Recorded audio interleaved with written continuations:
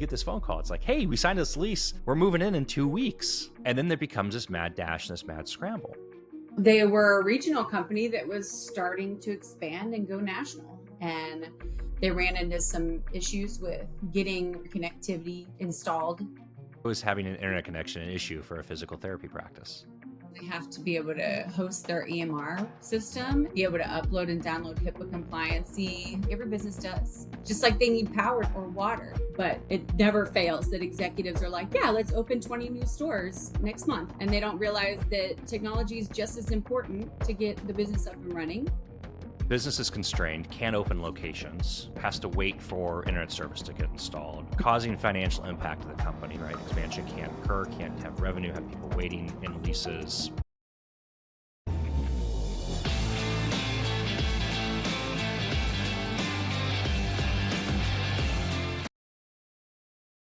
Give me like the 70,000 foot view like of Epic IO. Right. Like, let's just start all the way at the top and then we'll jump into customer story and then we'll kind of jump back. And I think that'll help set the stage a little bit better. Okay. Yeah. So I'll just tell a story. Yeah. Epic IO is actually culmination of a couple of companies, 3 to be exact. Originally in the channel, it was Broad Sky Networks. So we've been the wireless experts for over 25 years. Actually have done satellite and wireless and POTS for many years. And then about 5.5 years ago, a private equity firm came in and decided to acquire us alongside a company called IntelliSite. And IntelliSite is the AIoT side of our business. They had proprietary AI tools, site security, computer visions, smart compute at the edge.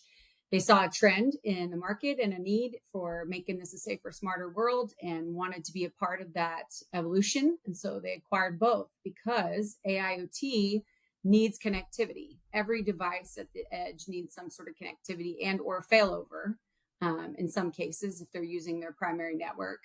But a lot of times they want to separate the network too to just a wireless connection so that it's less likely to be hacked or corrupted if the primary network is.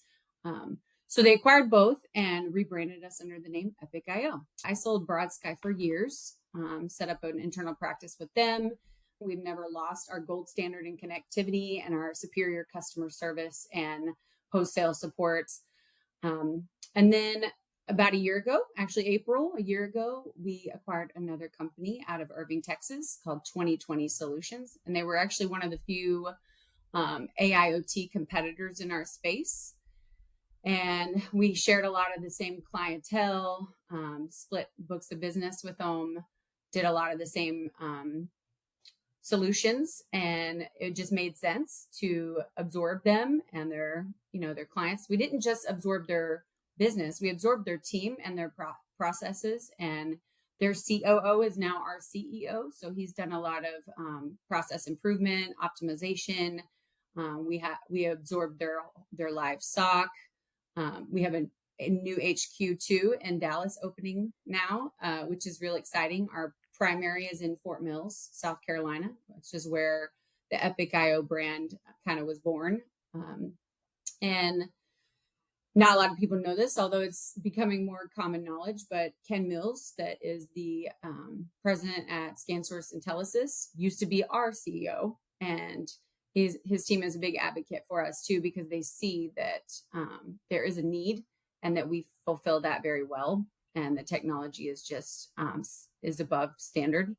And anyway, so we combine the two, but we still sell them separately. We do like offering a full turnkey solution, a full package, if you want to utilize all of our strengths, but we can also sell them a la carte. We still have a very strong channel-centric practice. We do have a few direct customers, large accounts, mostly on the AIoT side of things, but we're starting to cross-sell and learn and bring in some of that team to the channel as well. But I was like... No, that's what I want to do. Okay. No. We're not starting over again. Okay. We're going to edit this together. It's going to be wonderful. Denise is going to have a lot of fun with this. Hi, Denise. Mm-hmm. Okay. I want to, Darcy, I'm going to come back and I've scribbled notes because I want to tear a lot of this apart. I want to start with this case study, and then I want to come back to the overview, and then talk about industry and terminology. And you sent me a story around a physical therapy practice, and this is I love this kind of stuff because so many companies wouldn't say like, "Hey, we're a technology business." I don't think very many like physical therapy practices are like evaluating and thinking of themselves as like, we're a technology company. No, it's like, no, we do physical therapy, right? Like, we have a computer, but we don't think about it. Like that's, I'm going to go out on a limb here and say it's a pretty common experience I've had, interacting with companies, and I think it becomes really relevant. So what I'd like to talk about and get into a little bit is beyond this, like, well, they're a national physical therapy practice. Like, what did it actually mean? What is the profile? What is the profile? What were they doing? How are their operations running? Like, what can you tell me about from like a background and from like where they were as a business? Well, so they were a regional company that was starting to expand and go national. So their footprint was growing rapidly, and they needed to be able to scale Mm-hmm. and get those brick and mortars up and running quickly. And they ran into some issues with getting primary connectivity installed in a timely manner, which we all face that from time to time, where fiber and or coax is going to need construction to build into a new building, and it could be 6 months, it could be a year, you never know, right? If it's already at the buildings, it can still take 60 days or longer to get it deployed. So wireless gave them the option to bring a primary connection with a high usage plan temporarily until that wireline or terrestrial internet could be installed. And then we were able to roll that back to a backup solution once their wireline solution was in Why place. was internet an So it saved issue a lot of, for a physical? I'm Why sorry. was having an internet connection an issue for a physical therapy practice? Well, they have to be able to host their EMR Mm-hmm. system and phones, and be able to upload and download HIPAA compliancy. I mean, there's a lot to it. They need internet connectivity. Every business does, right? Just like they need power to the building or water. Nobody's asking questions about that. Mm-hmm. But it never fails that executives are like, yeah, let's open 20 new stores next month. And they don't realize that technology is just as important to get the business up and running in a lot of cases. And they think it's easy and that it can just be popped up right away. And the reality is that wireline service for internet connectivity, which is the baseline of everybody's business right now, it's the backbone of operations, is takes time to install and implement correctly. And wireless has grown and become more robust and more stable to where it can provide that and keep not just the point of sale running, but other critical applications going to get you up and running and or be there in the event of an outage. I deal with this a lot, right? And I think this is true with a lot of people that are in the like operational side of the business, whether it's IT operations, facilities operations.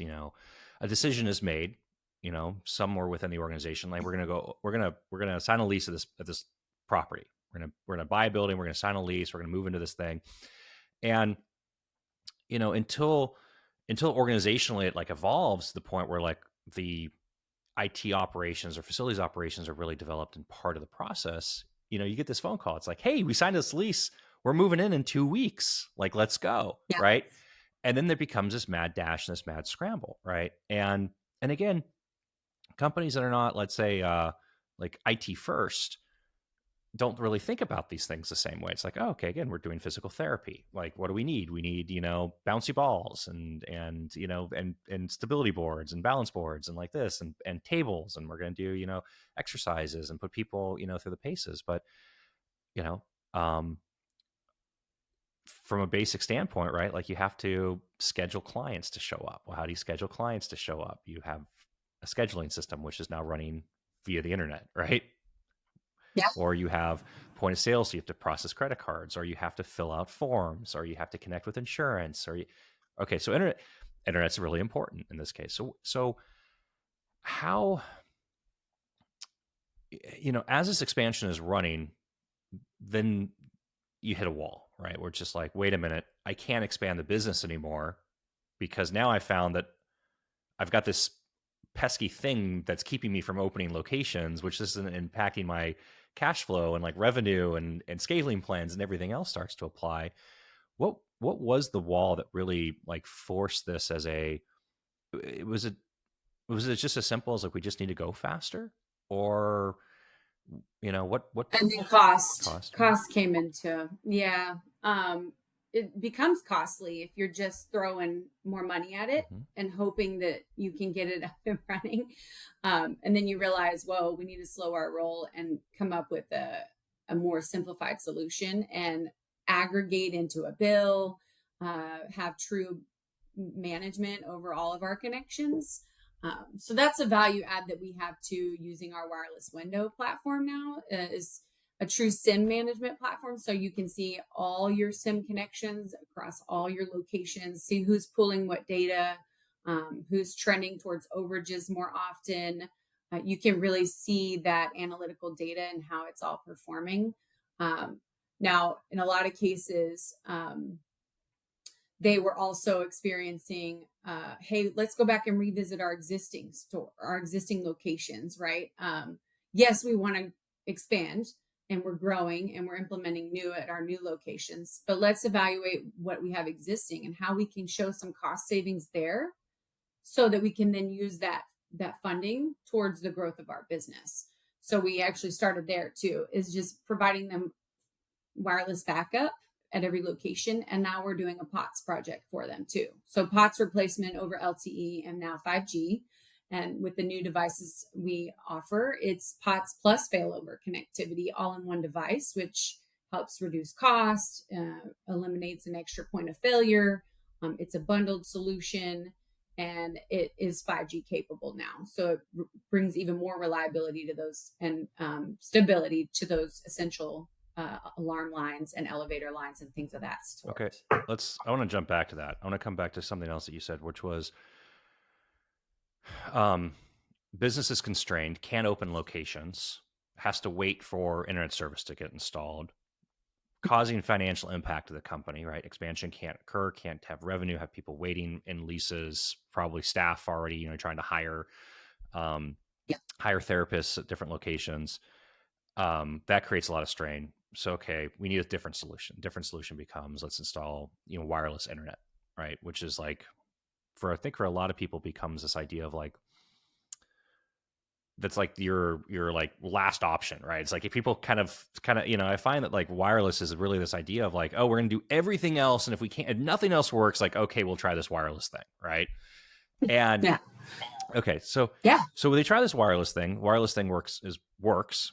And then that turns into, and the next part that you said was a reevaluation of existing locations, right? And what costs do they have in the existing locations, and can they change that cost?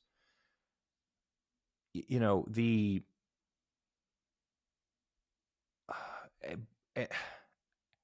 how much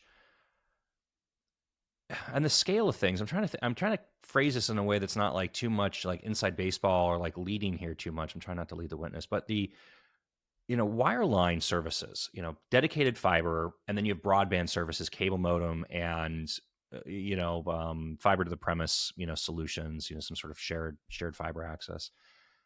Like, how much cost differential do you really have, across this portfolio of saying like, let's go get rid of wireline and take 300 stores into wireless?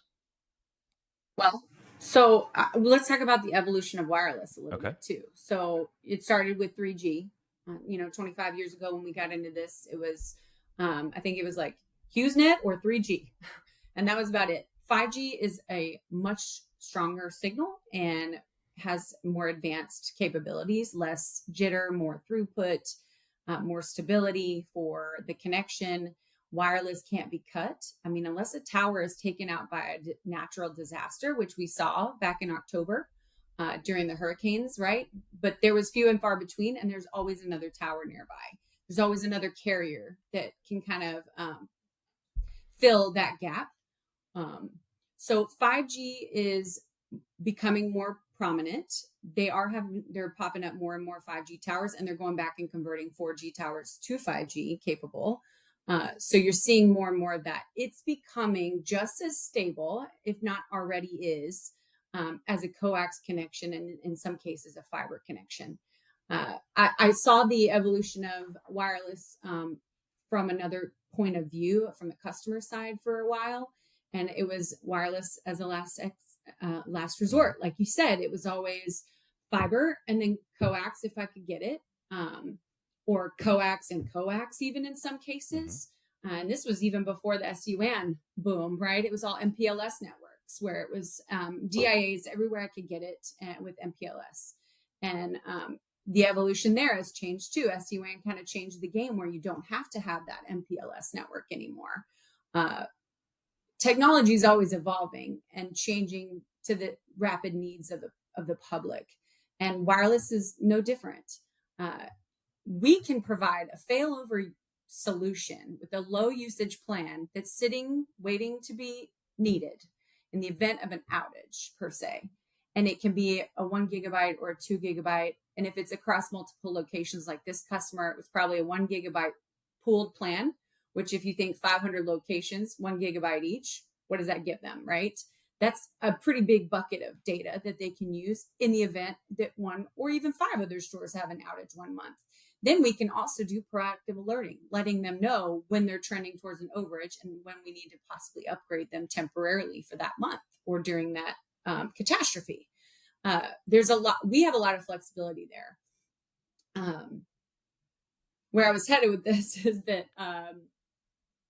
wireless as a failover and a low usage plan in a dormant type situation where it's just kind of a passive failover if needed can be as cheap as $50 a month, versus a coax. It's going to be 50 to 250 depending on the carrier. Yes, they're bundling them. Yes, aggregators are really getting competitive on that.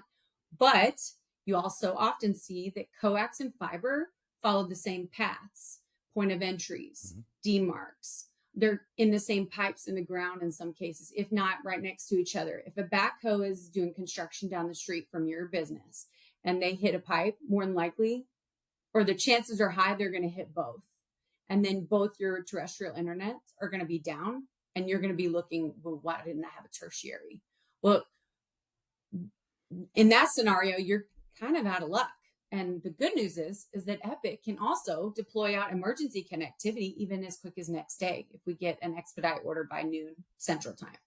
So there's a lot of ways we can help. We can come in and be the hero and rescue them, but also then stay in place as insurance for not if there's going to be an outage, but when is there going to be an outage. Did that answer your question? I feel like I tend to ramble. No, I'm taking notes. Don't worry. I'm not going to let. I'm not going to. Okay. I'm coming back to a lot of stuff here. The thing I ran about a lot within the tech space is marketing, and this like bastardization of terminology in a marketing construct to try to create solutions when there's no problems. 5G launches as a marketing term by a carrier that just pushes a firmware update down to cell phones and say, hey, look, we're 5G now.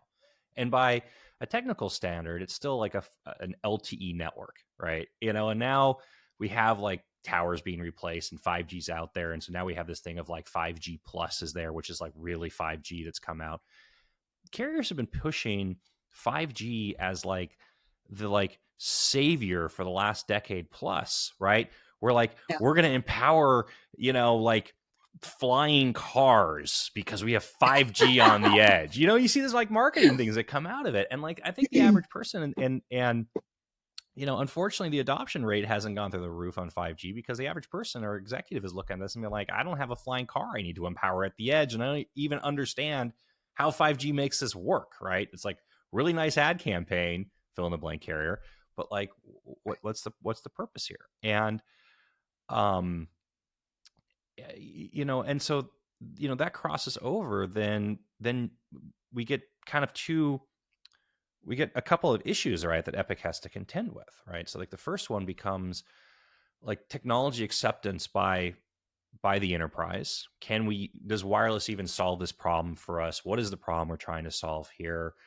Is in the headspace of a potential solution for this problem, right? Like oh, we're going to go wireless primary for primary internet at our retail locations as we're, deploying, 10 locations a month. We're just going to go, like until somebody's crossed that bridge, like that's not like a primary headspace for them.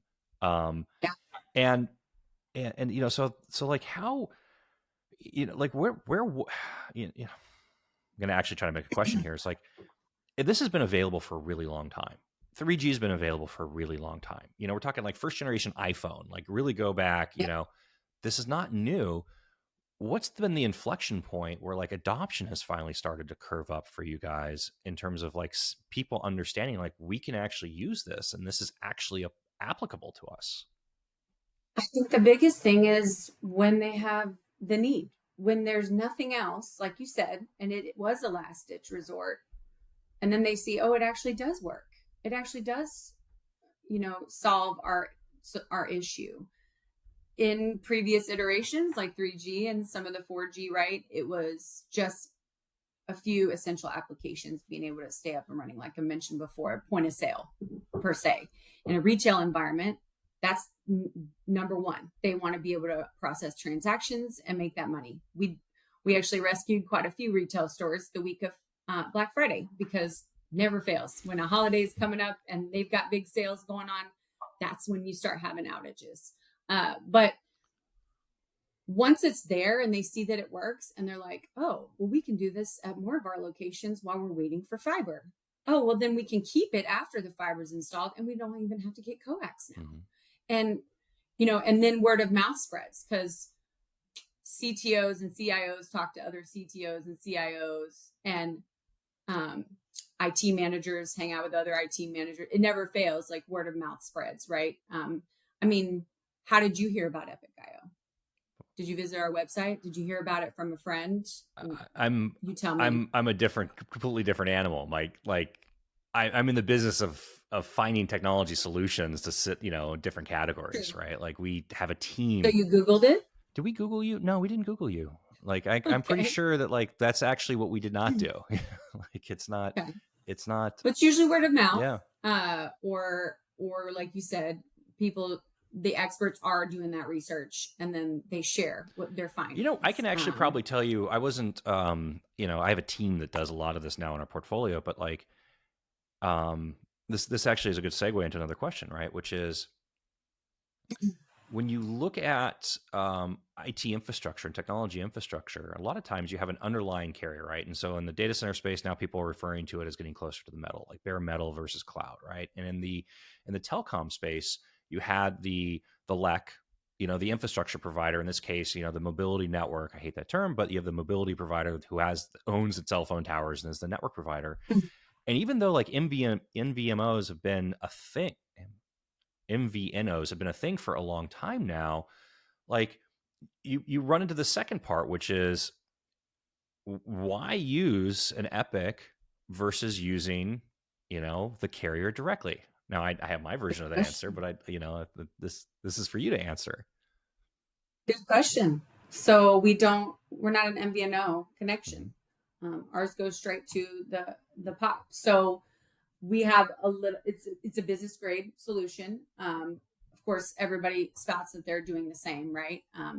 Epic is different in that we have been doing wireless so long. We have so many smart people on our team that are experts in the wireless field. Our VP of Solutions Engineering has worked at AT&T and T-Mobile and Verizon. He knows the ins and outs he helped develop those programs. So there's an expert on our side that's making sure we have the best solution possible. Another thing is we run every address or every location through a best carrier selection process. So we have a live crowdsourcing data tool along with our historical data over the years that tells us who's performing better in what areas. When you pull up, say, Verizon's website, they're going to show you a blanket of color and say, we're everywhere. Mm-hmm. We have 5G everywhere, right? They all say that. Not saying that they're lying, but there are going to be some areas where one is stronger than the other, or there are going to be some gaps where there maybe aren't any of them, which is where Starlink comes into play, right? That's going to be your, hey, I can't get anything else nowadays. But on the wireless piece, we're going to truly vet out who's going to be the best carrier, where the tower's positioned, what's your building look like, do you need an external antenna or an external modem. We're not just slinging routers and hoping they work. We are here to provide a solution that works and to create longevity with our customers, create true partnerships, and we make wireless work. We always do dual SIM, so there's a built-in failover redundancy with SIM in slot 2 as a secondary carrier. As soon as I got my Epic router last year in my home office, T-Mobile is the nearest 5G tower. So T-Mobile is my primary. Sure enough, a month into it, they had an outage. And luckily, Verizon is also nearby. So I was able to activate SIM 2 and ride on the Verizon network. Now, on a typical day, I'm getting like 600 down and 60 up on my T-Mobile because it's the closest and the strongest signal. But whenever I was on the Verizon, I was still getting 300 down and 40 up on any typical day. Now I'm not in the middle of town. I am on the edge of town, so I don't compete with a lot of other wireless business users. There's mostly cell phone users in my neighborhood, but that just goes to show you there is a secondary SIM there for a reason, because nobody's perfect and carriers do have outages. It's not if, it's when. And wireless works. I mean, I operate 20 operating systems all day long. I'm on every kind of streaming service, every kind of podcast, Google Meet, Teams. I must be in 3 or 4 different hosting sites a day, and my internet never fails me, never. And I'm only on the Epic router. The other version of that answer is until you have worked with the carrier directly, you don't understand maybe why you don't want to work with the carrier directly. Yeah, right. So since we are the aggregator of wireless, right, we hold those wholesale agreements with all the carriers, and you don't have to worry about who the carrier is even at your edge. We'll manage that relationship. You never have to work directly with the carrier. If there's an outage, our team handles the trouble tickets and does the troubleshooting with you. We have proactive alerting on the system that tells you when you're having an outage, right? And it really is just letting us be that ISP instead of them. One throat to choke. I know everybody says that because it's not technically one throat to choke. We're not every carrier in the world, and we don't do wireline. But in the wireless space, we would be. We would be your one stop to call for help and get support. And our customer support is definitely better than an AT&T or a Verizon Direct. Most of these businesses, like the case study we're talking about today, they have over 500 locations. Can you imagine them working with all 3 carriers, depending on which location, which carrier?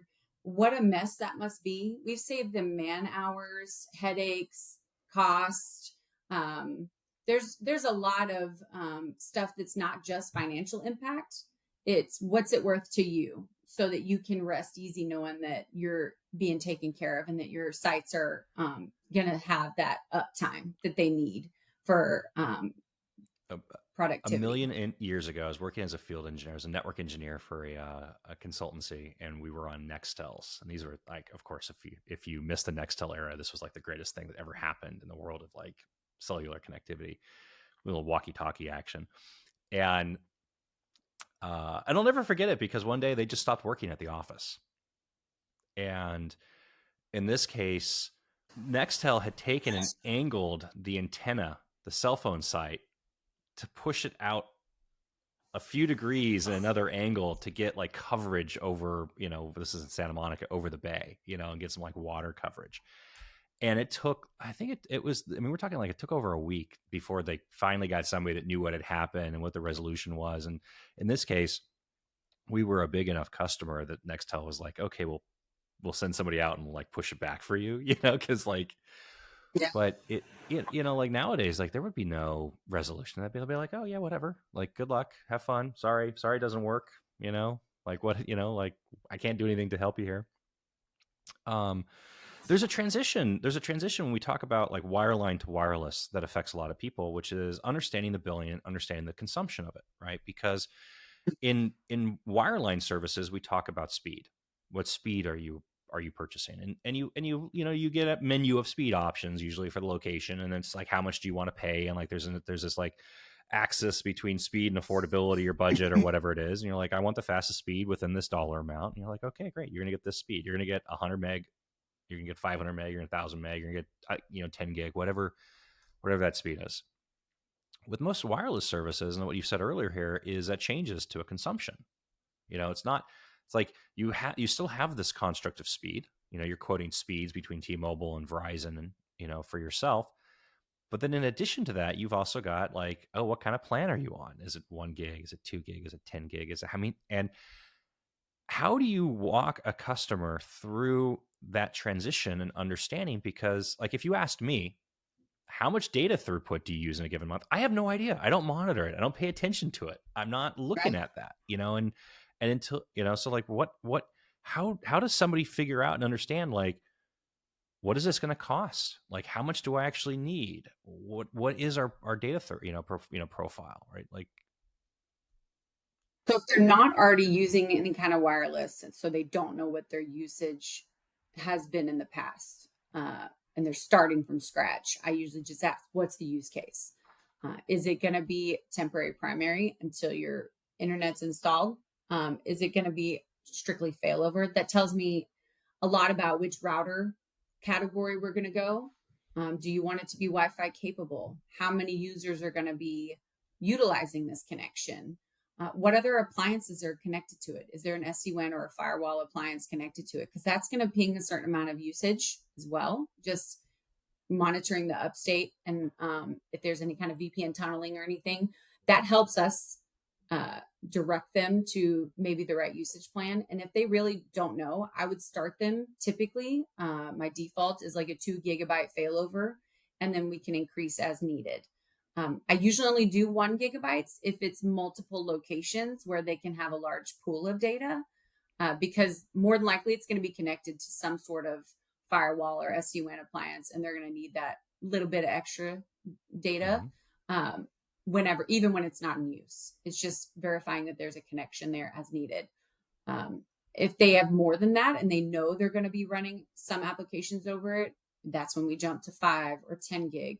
And then there's high usage plans for those customers that are going to be using it a lot more. If they're only using it for their IoT devices, and we know it's going to be live streaming video content from cameras or something along those lines, or IoT or any kind of sensors, right? Then we want to look at how much data is that device pool. Typical, I mean, you can even Google it. ChatGPT will tell you, like, what's the typical usage on so-and-so device? And then you can go from there. And I usually like to start low and then upgrade as needed. It's much easier to upgrade than it is to downgrade. Now we do have that flexibility where we can do temporary upgrades in the event of an outage or a high usage month. Busy season for our tax consultants and our CPAs right now. That was a big push just in the last 2 months. And then now they're downgrading again. And we have that ability because we are the ISP of record, and we can, at the first of the month, then downgrade them back to a lower usage plan as needed. But when they're just not sure, I start low and work my way up from there. You never want to sign them up for more than they need. We're not in the business of selling customers something they don't need. And we definitely don't want to make our money in overages. So we have that flexibility where we can upgrade as needed. You mentioned POTS, aka plain old telephone, aka analog lines. What is going on in the world of POTS today? Hot topic, man. I know POTS has been around forever. So plain old telephone service. Most people are like, what's POTS? If they don't know what it is, it's your phone line, your landline. Most people had one in their house growing up. Not this generation, but my generation and before, right? I remember having a landline even before wireless phones, like at all. We had a long cord that stretched through the house, and we'd fight over it. Yeah. We'd drag it down the hall and hide in the laundry room and talk on the phone. But every business has phones, and most operating businesses have an alarm line, a fire alarm, fire marshal code compliant need. If a building has elevators, they have POTS lines. It's all running on a copper infrastructure that is becoming expensive to maintain. And about 5 or 6 years ago, the FCC was uh, pressured by the Lex into allowing them to transition from copper. And how do we incentivize customers to move off of an ancient technology that we want to decommission? We jack up the rates. We push them out financially. We force them out. So that kind of started, and then they rolled it back and they were like, okay, we're going to slow roll this a little bit because customers were in a panic and we'd never want life threatening things to happen during a transition like that due to panic. So they kind of slow rolled it. The aggregators got involved. Epic, well, Broad Sky at the time was a front runner. I think there was maybe 2 or 3 others that were doing it around the same time, and they were the traditional POTS aggregators already in play. So they were like, okay, well, we're going to start converting our POTS lines, but we're locking in your rates and protecting you until then. Well, we were wireless right out of the gate. We are only a POTS replacement solution. We never owned any kind of copper, nor do we want to. But bringing LTE 5G to the edge for that essential line, why wouldn't you want an expert doing that? Not just someone who is selling it as an ancillary product. We are fire marshal friendly, NFPA code compliant in all 50 states. Every single type of line, we need to know if it's an elevator or an alarm or a fire alarm, or even if it's just a basic fax, we need to know, because every single port on that router needs to be properly programmed with the right codec. And that takes time. And we want to make sure we're thorough because lives could be at risk if we do it wrong. We've heard a lot of talk in the market about, oh, well, POTS, it's such a headache. Well, why would I want to convert my copper customers to a wireless product and save them some money? And it actually is going to decrease, my commissions or something like that. But on the customer side, what they're looking at is an increase in cost. And if you don't help them with that, and if you don't bring them a solution that can save them some money, somebody will. So if we're not doing it, somebody else will, and they may not do it very well, and they may not be code compliant. Ours is going to be the dual SIM solution again. So some are only doing a single SIM, and they're just not wireless experts. There's over 40 million lines, I think. I think they searched it in ChatGPT the other day too, just to see. The typical response is 40 million analog lines still in play that need to be converted. And these ILECs are starting to truly shut them down now, not just jacking up the rates to force you out, but they're starting to actually say, I'm done. We're shutting off at a certain date. There's one actually in South Carolina that just released last month that they're shutting down this September. So move it or lose it, basically. So there's a whole group in South Carolina. We've seen an influx from that. If you're not doing it already, you should be. It's going to save you money, and you keep up with the times. They're just not maintaining those lines. They're not even new hires that these carriers are bringing in. They're not even training them how to work on copper. That's how outdated it's becoming. There's saving costs. The most, let's say, egregious billing that I've personally seen was what was a $40 a month line turned into almost $1,000 a month line to maintain copper. And this is not an unusual story. And what's also really interesting to me is a lot of times the people that are seeing these bills, are like, it's like, facilities management has ownership over the phone lines because it goes into the elevators, the alarm systems, or, the fire panels or whatever. And like, it's just it gets like ignored to a certain degree. And then all of a sudden it gets discovered, and you're like, and then people realize, like, you're paying how much for what, and you're like, yeah. And so it's not like save some money. It's usually like a drastic, and, you were talking about alarm, firelight safety systems, elevators. It's not unusual for companies to have, a dozen, 2 dozen phone lines in a building and not realize that they're there, and then find out that and are they even using them? And then one of two things happens is either they discover this bill that's like all of a sudden gone stratospheric, or um, something happens and they realize the service was disconnected, and they thought that they had service and they thought that they had an alarm panel that would actually signal out somewhere, and then they find out it actually doesn't because it was unplugged. Nobody knows. It's crazy. Scary. Not We're not only are we're they seeing a lot of like this hey, well, like you said, it's swept under the rug, or they put a band-aid on it and they don't want to address it right now. A lot of IT managers, they're like, well, we've already converted all of our phone Mhm. lines. Why do we need to think about that? And like you said, it falls into the privy of the facilities managers, and they don't always know where to take it either. They're like, help me. And then we're seeing a huge trend right now where the CFO catches wind of it. The bills have gotten so painful. It's gotten to a point where they've been auto paying it so long. They don't know what they're paying for. And they're like, what is going on? Why are we leaking all this money into something that we don't even know if we're using it or not?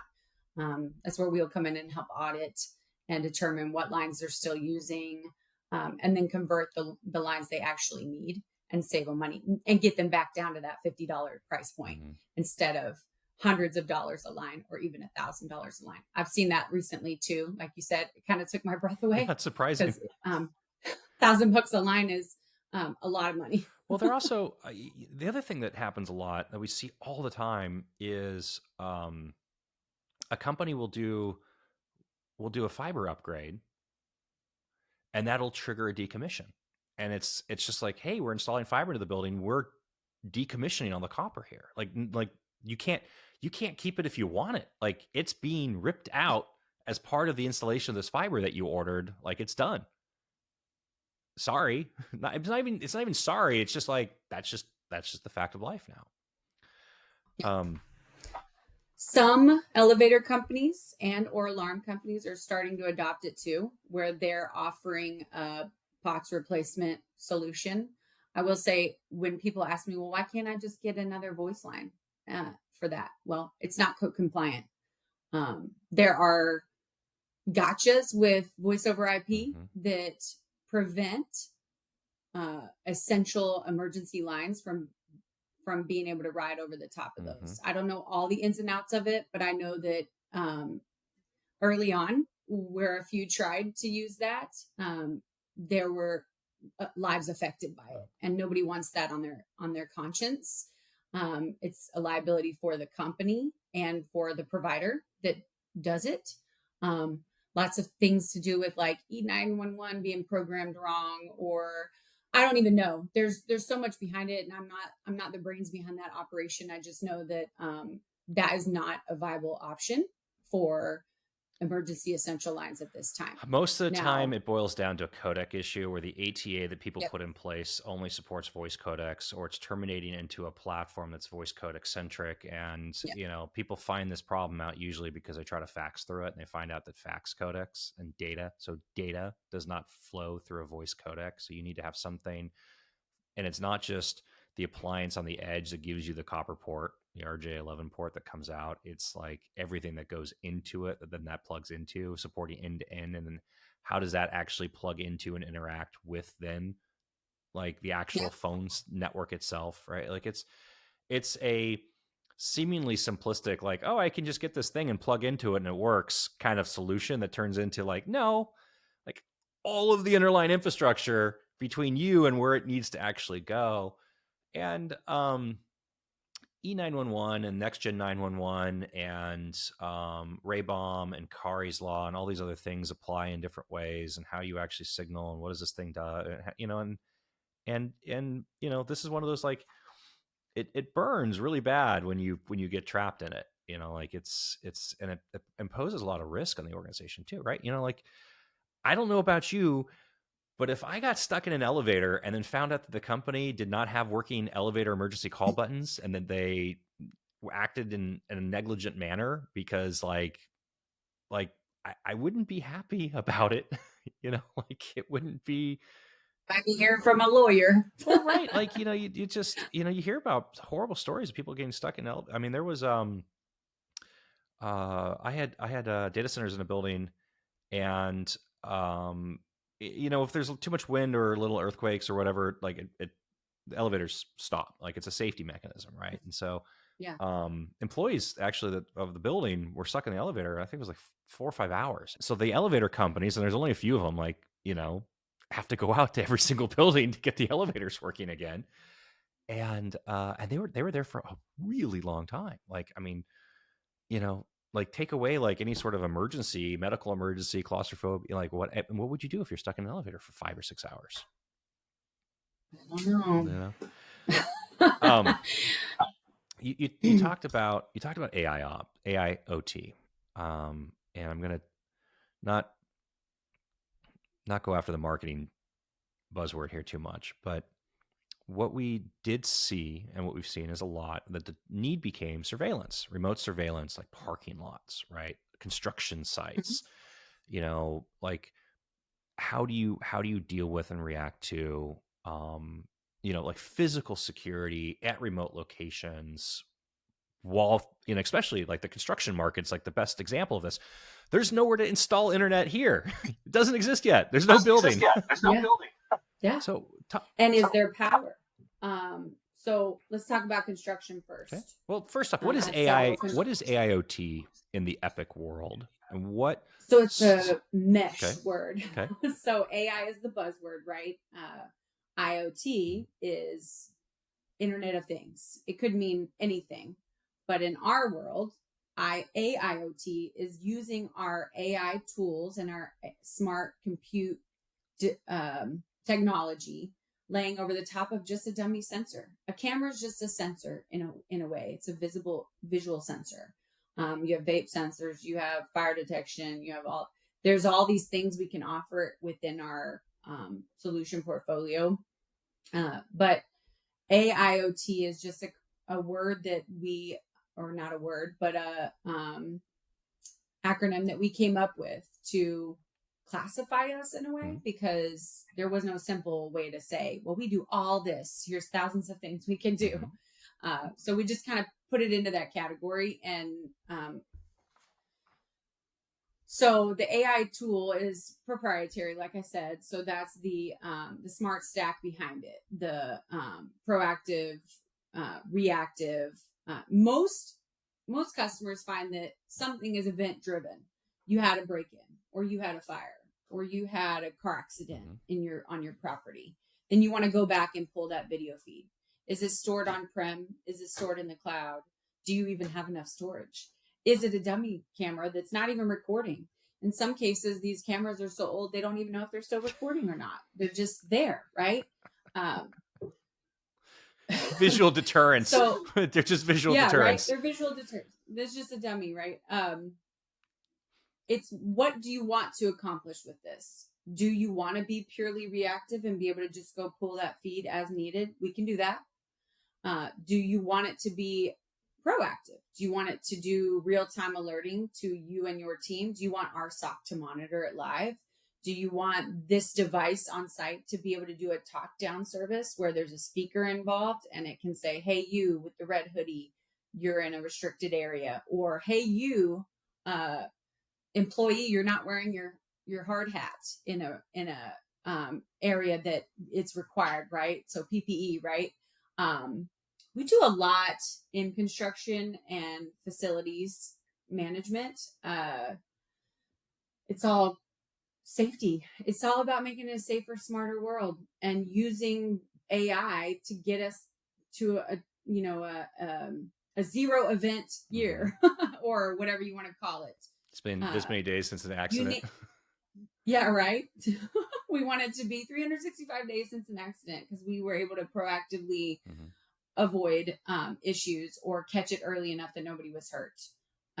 Nobody wants to see one of their coworkers get hurt because of negligence or just an accident. They just stepped in the wrong spot, or there's a lot to it. So if we're talking about new construction, so you talk about they're popping up a construction trailer, possibly.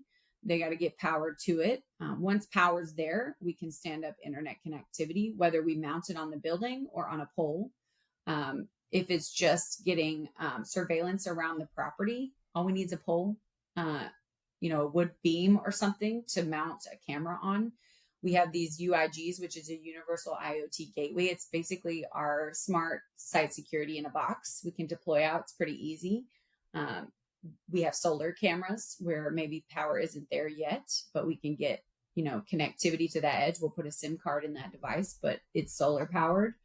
Um, Mobile surveillance units where it can be on a skid or on wheels, depending on what they need. And those mobile surveillance units can be fully customizable depending on what they need. So a base version would be just with a boom and a camera and purely reactive. So you just pull the feed when you need it, or you can install speakers, lights, so it can be reactive in the real time.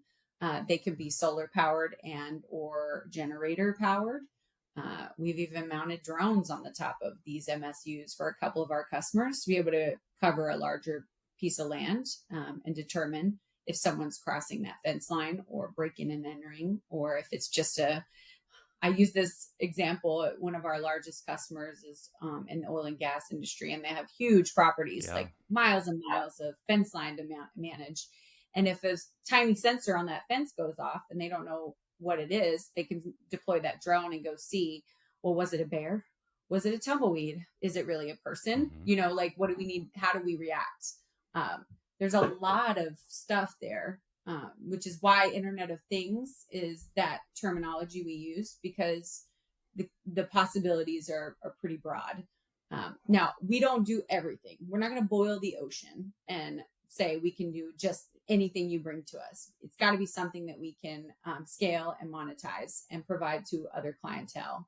I get a lot of those where they're like, hey, this one-off oddball request, send those to me. I'm happy to tell you yes or no if we can do it.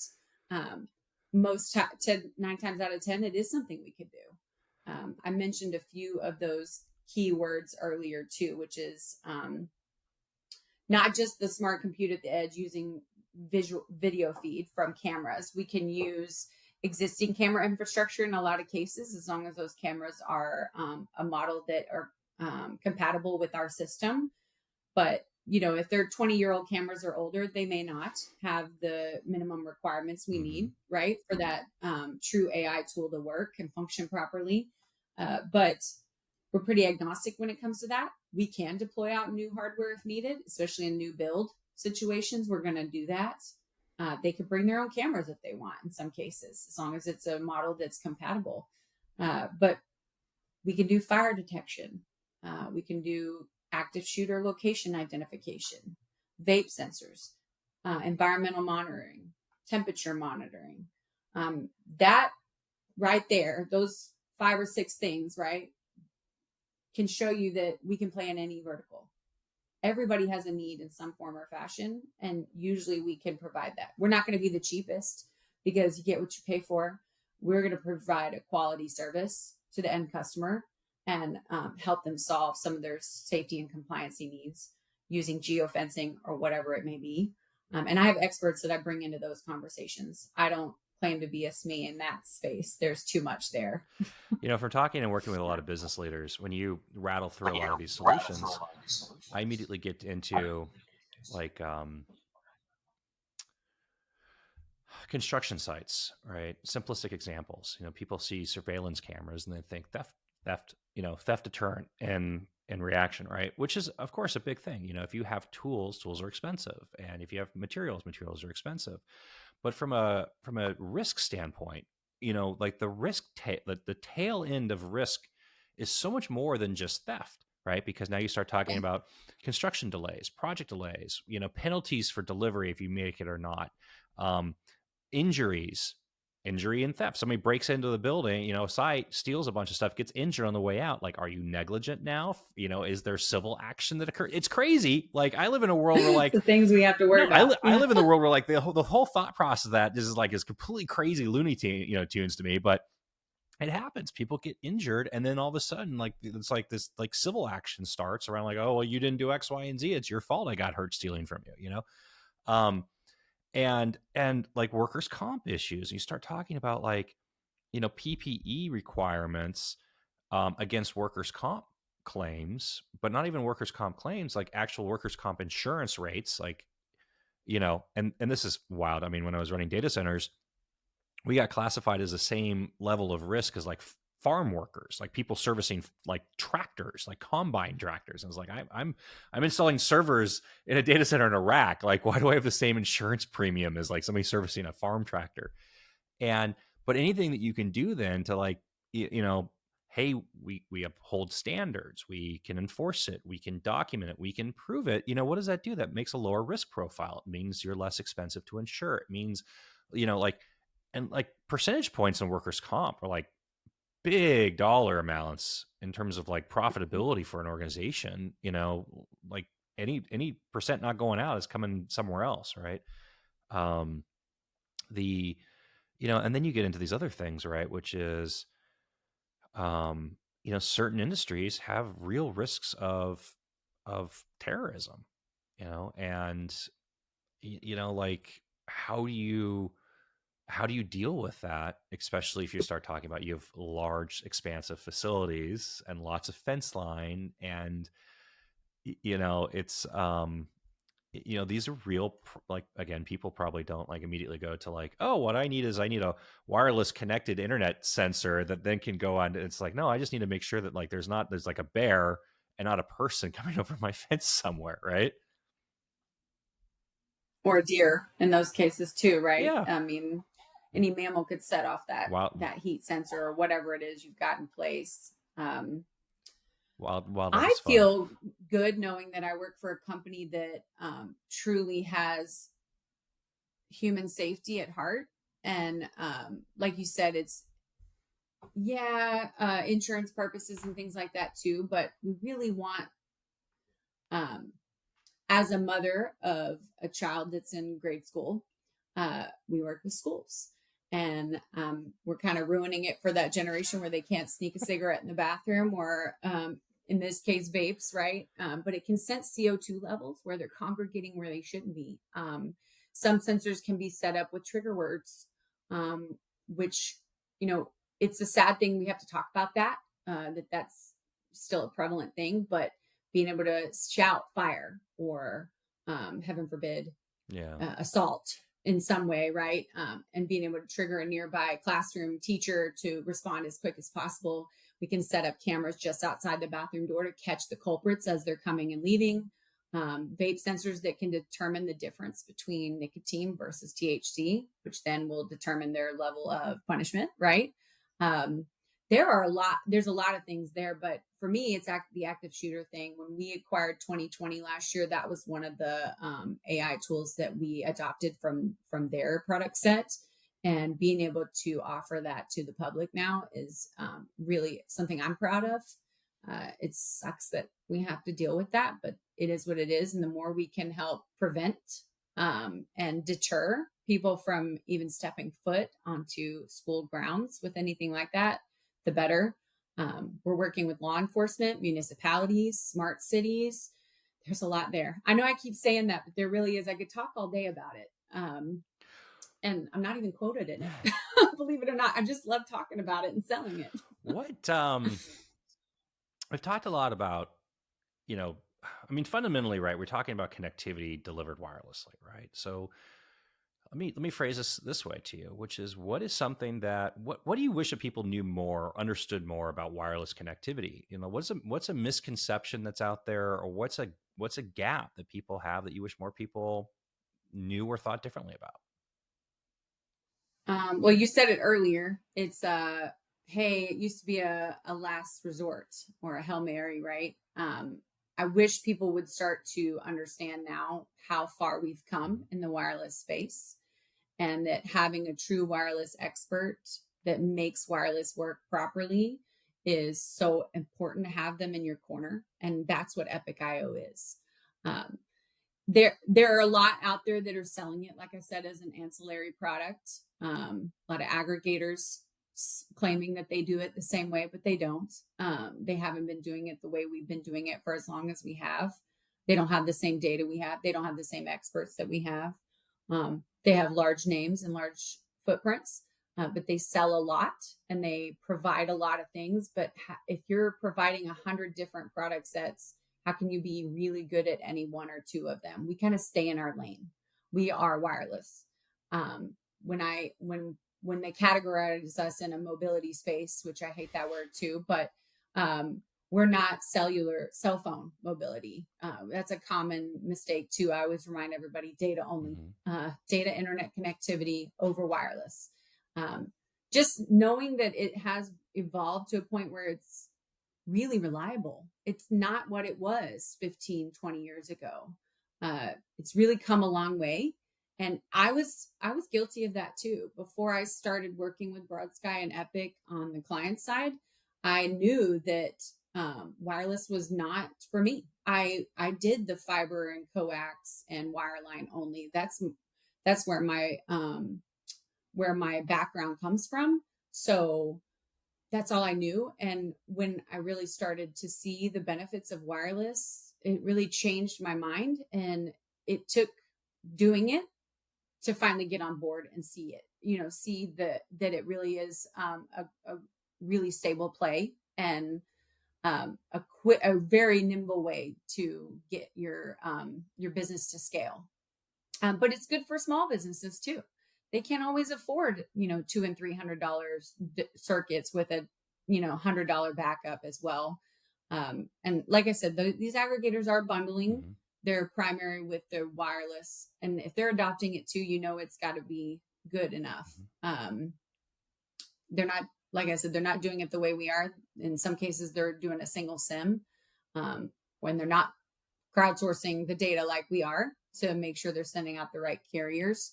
But that's it really, is really seeing the evolution of wireless and knowing that it will work.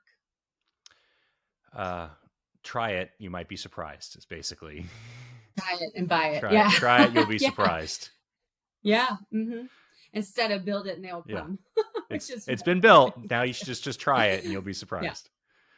Yeah. Darcy, thank you very much. And yeah, I'm here anytime you need. I'm happy to do a deeper dive anytime you like. And I can bring in an expert next time. If you want. I mean, you're pretty expert here. I mean, we can get into the nerd chat, I'm sure, but Yeah. Darcy, thank you. Thank you.